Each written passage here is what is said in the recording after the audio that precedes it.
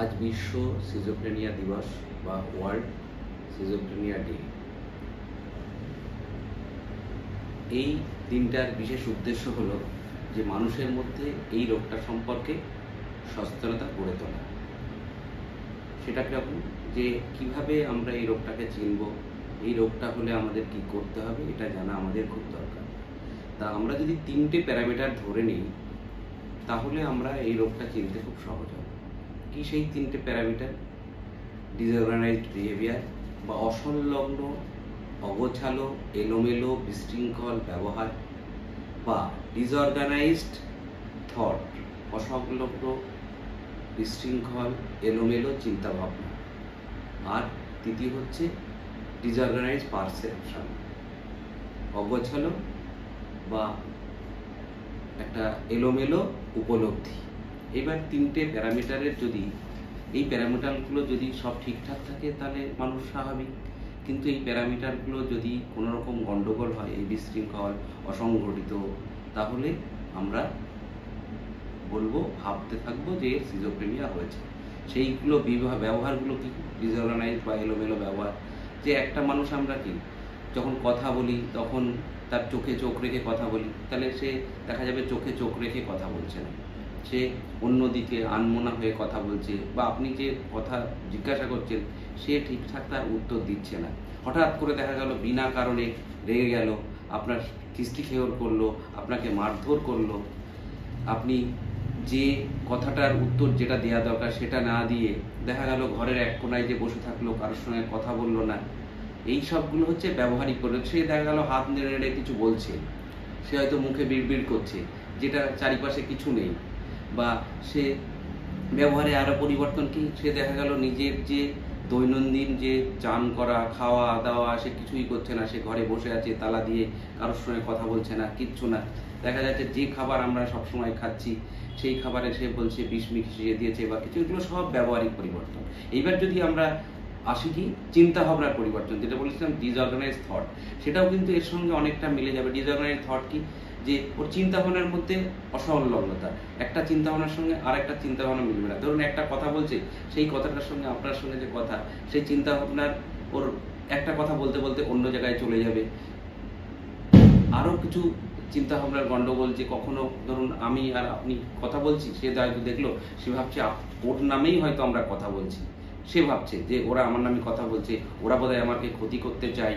তারপরে কখনো ভাববে আমার খাবারের মধ্যে বিষ মিশিয়ে দিয়েছে, ও আমার সবাইকে আমার পরিবারের কেউ মারধর করতে চায়, পরিবারের লোককে ক্ষতি করতে চাই। সে বলবে যে সবাই বাড়ি থাকো, সবাই এই করো, ঘরে দরজা বন্ধ, এই চোর, মানে এরকম এই চিন্তা ভাবনা। তারপর আরও কিছু ব্রড স্পেকট্রামে যদি আমরা ভাবি থটে, তাহলে হচ্ছে থট ইনসারশন বলে একটা জিনিস আছে। কখনো সে ভাবতে পারে যে আমার মাথার মধ্যে কোনো চিপস ঢুকিয়ে দিয়েছে, সেই চিপসটা দিয়ে আমাকে নিয়ন্ত্রিত হচ্ছে। সে দেখা যাচ্ছে যে ব্যবহারগুলো করছে, বলবে যে এই ব্যবহারগুলো আমি করছি না, সব কেউ করাচ্ছে, এরকম।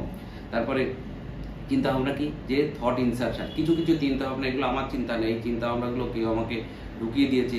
থট ব্রডকাস্টিং, যে আমার যে চিন্তা ভাবনা, আমি যা ভাবছি, হয়তো টিভিতে দেখছে কিছু, বলছে ওইগুলো দেখো আমার কথা সব বলে দিচ্ছে, আমি যা ভেবেছি সব ওরা আমার কথা বলে দিচ্ছে। ওরা জানলো কি করে? এটা হচ্ছে থট ব্রডকাস্টিং। থট উইথড্রয়িং কি? আমি যা ভাবছি তা কেউ নিয়ে নিচ্ছে, এটা হচ্ছে থট উইথড্রয়িং। আর একটা কি আমাদের বাকি থাকলো? যে ডিসঅর্গানাইজ পারসেপশন। ডিসঅর্গানাইজ পারসেপশন হচ্ছে কি বললাম, যে অসংলগ্ন, অগঠিত, অসংগঠিত বা এলোমেলো উপলব্ধি।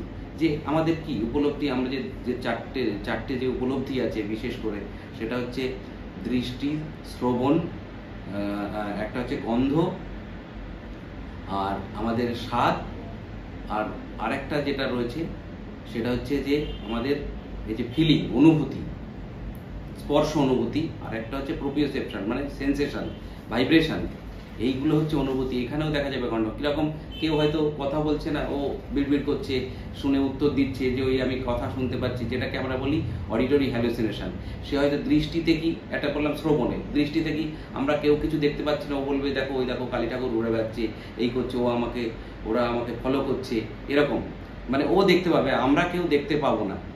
মানে এটা ফলস একটা ওর বিলিভ বা ফলস একটা কি বলবো উপলব্ধি। আর একটা কি স্পর্শতে কি, যেন কিছু আমার দেহ দিয়ে হেঁটে যাচ্ছে, একটা অন্যরকম অনুভূতি সৃষ্টি করবে, যেন একটা অন্যরকম ভাইব্রেশন পাচ্ছে, গন্ধ, কোনো গন্ধ নেই, ও বলবে দেখো একটা কি বাজে বিশ্রী গন্ধ, স্বাদ হচ্ছে দেখা যাচ্ছে আমরা সব ঠিকঠাক স্বাদে খাচ্ছি, ওর কাছে স্বাদটা অন্য লাগবে। এইবার এর সঙ্গে আরও কিছু জিনিস না বললেই যেটা অসম্পূর্ণ থাকবে, সেটা হচ্ছে যে কিছু নেগেটিভ সিমটম আছে, যেমন যে সোশ্যাল ইন্টারাকশান, যেটা অ্যাসোসোলিয়া, মানে সামাজিকতা হ্রাস পাবে।